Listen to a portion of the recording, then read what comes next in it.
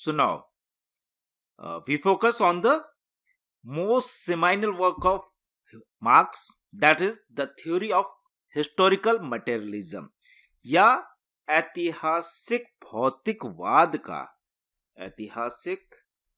भौतिकवाद का सिद्धांत।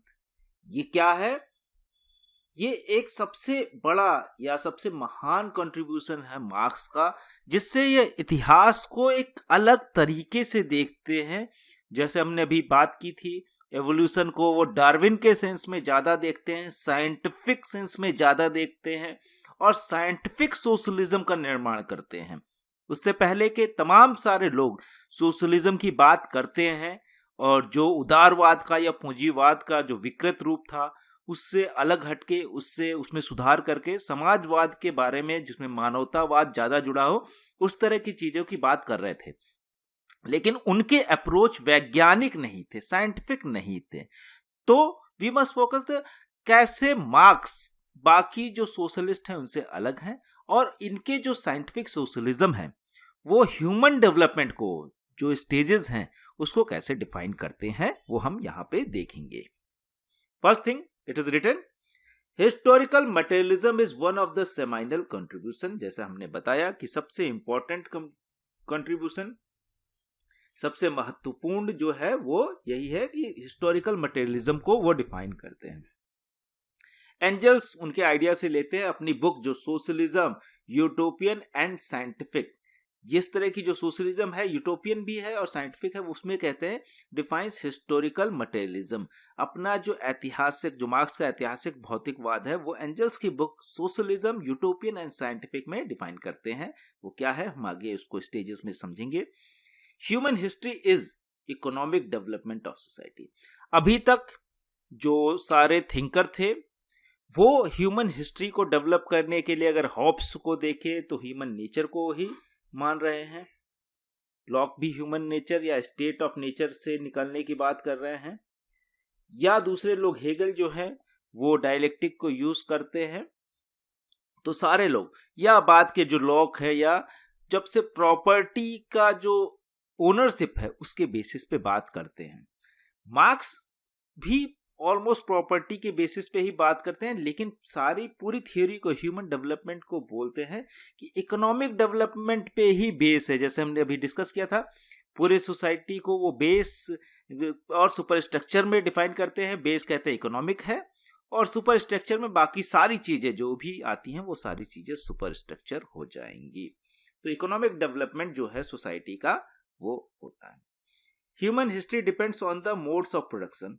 अब ये कह रहे मोड्स ऑफ प्रोडक्शन जो है उसी पे डिपेंड करता है पूरे मानव जाति का इतिहास, क्योंकि आर्थिक चीजें मोड ऑफ प्रोडक्शन पे डिपेंड करती हैं। उत्पादन के साधन कह सकते हैं, उत्पादन के साधन जिसके पास होंगे वही राज्य करेगा और वही सब कुछ डिसाइड करेगा कि क्या सामाजिक संस्कृति होनी चाहिए, धर्म कैसा होना चाहिए, सारी चीजें वो डिसाइड करेगा।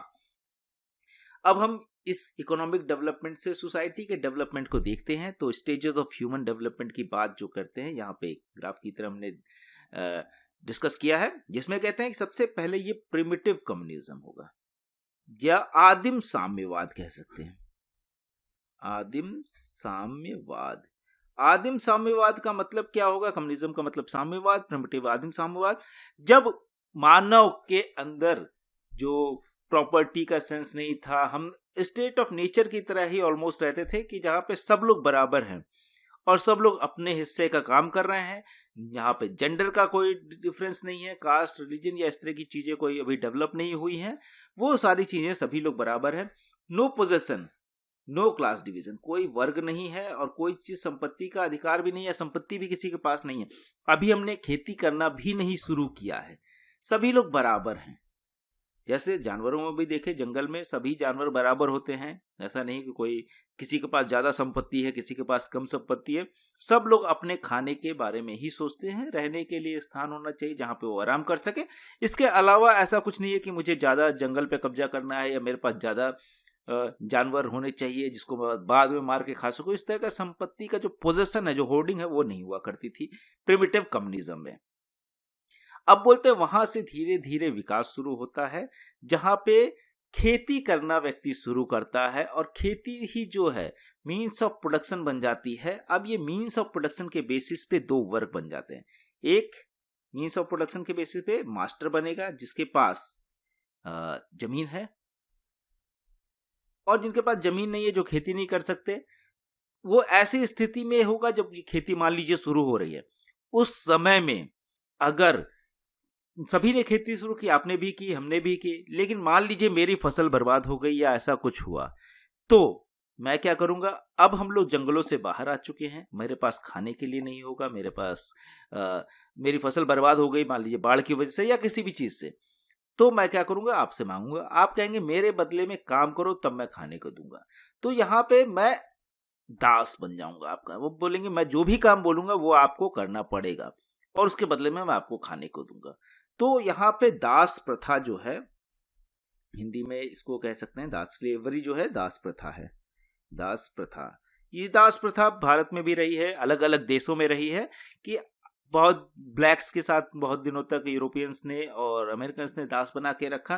तो ये दास प्रथा जो है उनको कमोडिटी की तरह देख रहा है, एक वस्तु की तरह देख रहा है कि इनको सिर्फ खाने के लिए चाहिए। अगर हम एरिस्टोटल को देखें तो एरिस्टोटल भी ऐसी बातें करते हैं कि दास तो होने चाहिए। तो दास को वो लोअर ह्यूमन बींग्स लोग समझ रहे हैं। अब उनके साथ इनह्यूमन ट्रीटमेंट हो रहा है दास के साथ, वो लगातार उनको खरीदा बेचा जा रहा है, जैसे हमने बोला वस्तु की तरह, कमोडिटी की तरह। तो ये जो स्टेज है ह्यूमन डेवलपमेंट की, और ये शुरू क्यों हो रही है? क्योंकि किसी के पास, अगर हम जंगल में रहते तो ये स्थिति नहीं बनती, प्रिमिटिव कम्युनिज्म में होते तो ये स्थिति नहीं बनती, लेकिन अब ये बन रही है। क्यों? क्योंकि अब ये मास्टर जो है इनके पास जमीन है, इनके पास अनाज है, ये अनाज के बेसिस पे आदमी को खरीद बेच सकते हैं, और ऐसे कई दास रख सकते हैं तो और ज्यादा प्रोडक्शन होगा। अब बोल रहे हैं कि इस प्रोडक्शन में दास प्रथा में काफी कमियां हैं, क्योंकि इनह्यूमन ट्रीट कर रहे हैं, मानवता के खिलाफ ट्रीट कर रहे हैं।